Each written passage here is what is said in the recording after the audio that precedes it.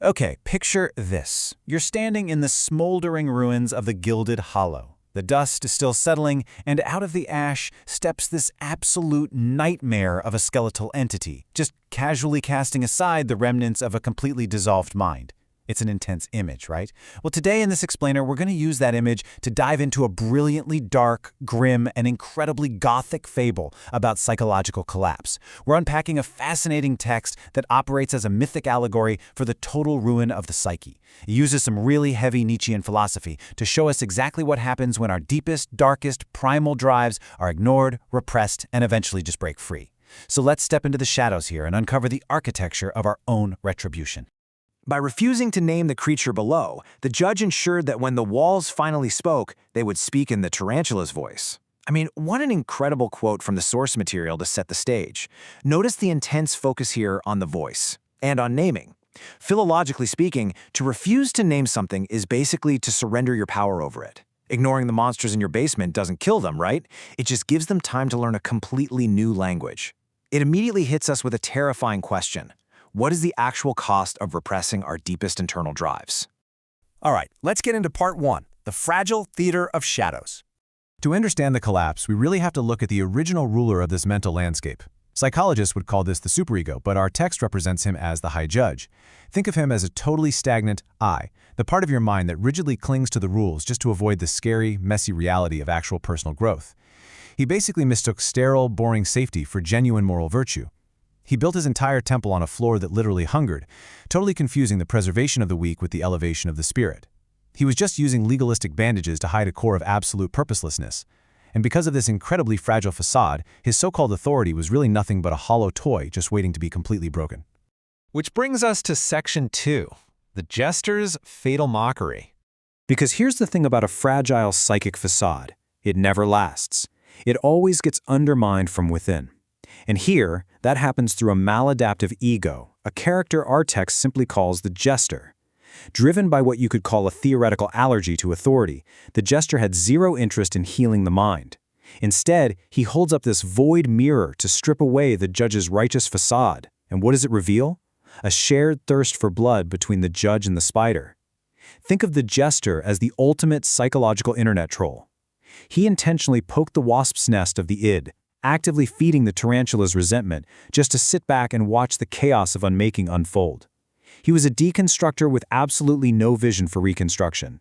He chose the irony of a mask over the fire of actual transformation, giving a really dangerous wound air and falsely calling it healing. That moves us to part 3, the rise of the Red Judge. So, the jester creates this massive cavity in the psyche, which paves the exact way for the Red Judge. The stagnant I gets completely consumed by the exact darkness it tried so hard to repress. And what takes its place is the pure, unfiltered id, the not I completely made manifest. This isn't just a subterranean phantom anymore. This new god of the abyss marks the total collapse of the mind's ability to regulate itself. The mask of decency finally falls, and it reveals an architecture of pure active nihilism. We're talking about a drive that destroys purely for the sake of destroying. It's a terrifying force that drops the gavel of justice and picks up a branding iron of punishment. And this gives us a very precise, catastrophic timeline of the soul's ruin. It's a terminal regression. First, you have decades of repression by the high judge, which just constantly builds the pressure. Then, the jester steps in, massively accelerating the collapse through his relentless mockery and deconstruction. And finally, that leaves the door wide open for the final stage, total usurpation by the Red Judge. Now, the crucial point here is the massive contrast between these two figures. The jester dealt strictly in intellectual mockery, right? He thought unmaking order was just a fun, theoretical game. But the Red Judge absolutely does not play games. The Red Judge brings a physical, burning desire to punish. It completely discards mediation for sheer retribution, leaving permanent, silent scars on the world. The concept of justice is totally swallowed whole by a purposeless, burning desire for revenge. Moving on to section 4, the doctrine of resentment. With the psyche now totally overtaken, the Red Judge establishes a venomous new philosophy, and it uses incredibly specific rhetoric to manipulate the mind. Hear the law of the dust, it proclaims. This dictates that the only true justice is the equality of flatness, and that is a genuinely terrifying rule where no soul is ever permitted to rise above its neighbor. This brilliantly illustrates the text's gray silk metaphor. Just look at how this subterranean hunger for revenge disguises itself. It weaponizes virtue as a moral shield to hide a fundamental envy. I mean, we've all seen someone disguise their deep jealousy of another person's success as moral outrage, right? Well, that is the gray silk. It actually pathologizes the very human desire to grow, repackaging your totally normal fear of development and failure as safety and peace. It's nothing but a suffocating web, and it's designed to completely paralyze your potential and keep your life as flat and sterile as a tomb. Which brings us to our final section, the path of Das Wanderer.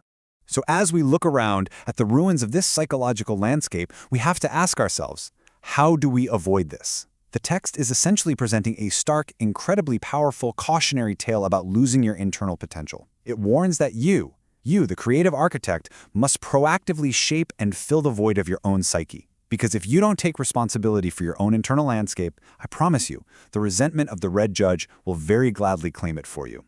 The text gives us a clinical alternative, the path of Das Wanderer. It's a stark choice between two total extremes. On one hand, you have the claustrophobic doom of active nihilism. On the other, an expansive, dangerous freedom. The Red Judge offers you the suffocating safety of the dust and the enforced equality of the web. But Das Wanderer? Das Wanderer chooses the glorious inequality of the mountain path. Now this path isn't safe. Not at all. It actively embraces the scars of struggle born from self-overcoming, favoring the biting wind of the peaks over the damp dark of unexamined anxiety. And this is exactly how we escape that architecture of retribution. Step 1. Completely reject the equality of flatness. Step 2. Leave the marketplace of small virtues. You've got to stop using fake morality to hide your envy. And step 3. Cast away comfort and actually face the biting wind of the peaks. Because true justice isn't found at the end of a branding iron, it's found in the relentless, difficult, everyday effort to actually surpass your own limitations. Ultimately, only the absolute fire of transformation can transcend this architecture of retribution and forge your soul into something greater. So as we wrap up this explainer, I want to leave you with a final thought to mull over. When you look inward at your own psyche, will you succumb to the gray silk of resentment, just rotting away in the sterile safety of the dust?